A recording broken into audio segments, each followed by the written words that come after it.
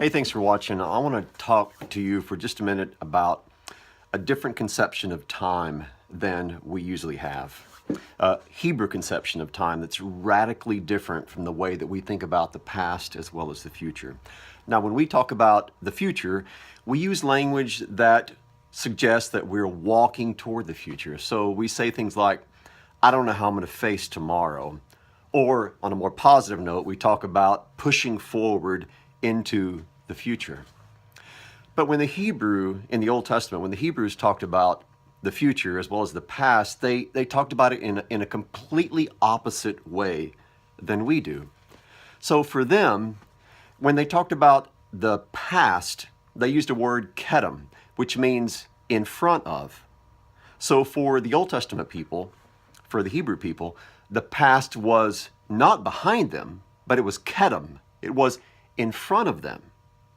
And then when they talked about the future, they used a word that was based upon ahar, a word called aharit, which means behind. Ahar is behind, and so aharit, the future, is that which is behind you. Now think about that. For the Hebrews, the past is kedem, in front of them, and the future is aharit. It is behind them. So in a sense, you could say that they walked into the future facing backward. They were moving forward in time, to be sure, but their eyes were not focused upon what was to be, but instead what had already been. So that's a complete opposite way of the way that we think about moving forward, walking into the future. We think our eyes are focused to what is to come, but for the Hebrews, their eyes were focused on what had been. Now, why is this so important? Well, when you think about the future, sometimes it's scary. I mean, sometimes we get the idea that the sky is falling and that the whole world is crumbling around us, and maybe in our own lives, that is taking place. That's the way we feel. Maybe we're going through a really tough time and we don't know how we're going to face tomorrow.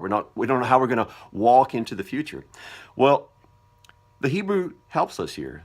The Old Testament directs us to see time and to see our own lives and our journey through life in a different way.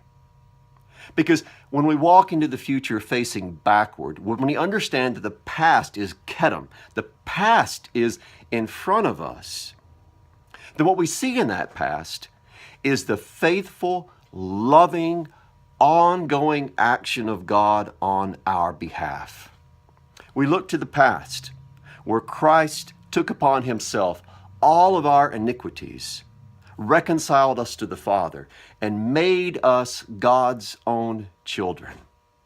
We look to the past, when the Spirit baptized us in the holy water, the holy cleansing water of baptism, and made us God's children. Or we look even farther to the past, where God redeemed Israel from slavery in Egypt, when he was with them through the wilderness, when he did all of these gracious acts of salvation for them. That's what we see in the past. We see God's faithfulness always to his people, and therefore also to us who are his people. And so we can walk into the future with our eyes focused upon what has been, knowing that Christ, who is the same yesterday and today and forever, is not going to change in his love toward us. And that is our hope. That is why we walk into the future facing backward. The future we can't see. It's behind us. The past we can see. It's in front of us. And that past says one thing over and over again, that God is not against us. He is for us.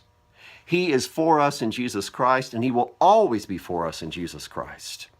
Come what may, nothing is going to separate us from the love of God in Jesus Christ. So whatever's behind us, that is whatever's in the future, we can be certain that Christ is going to be with us through that, no matter how dark and no matter how hard it may be.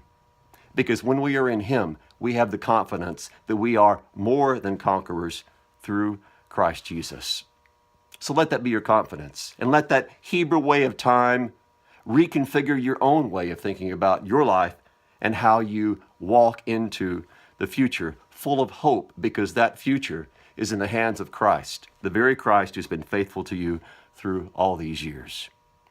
Thanks for listening.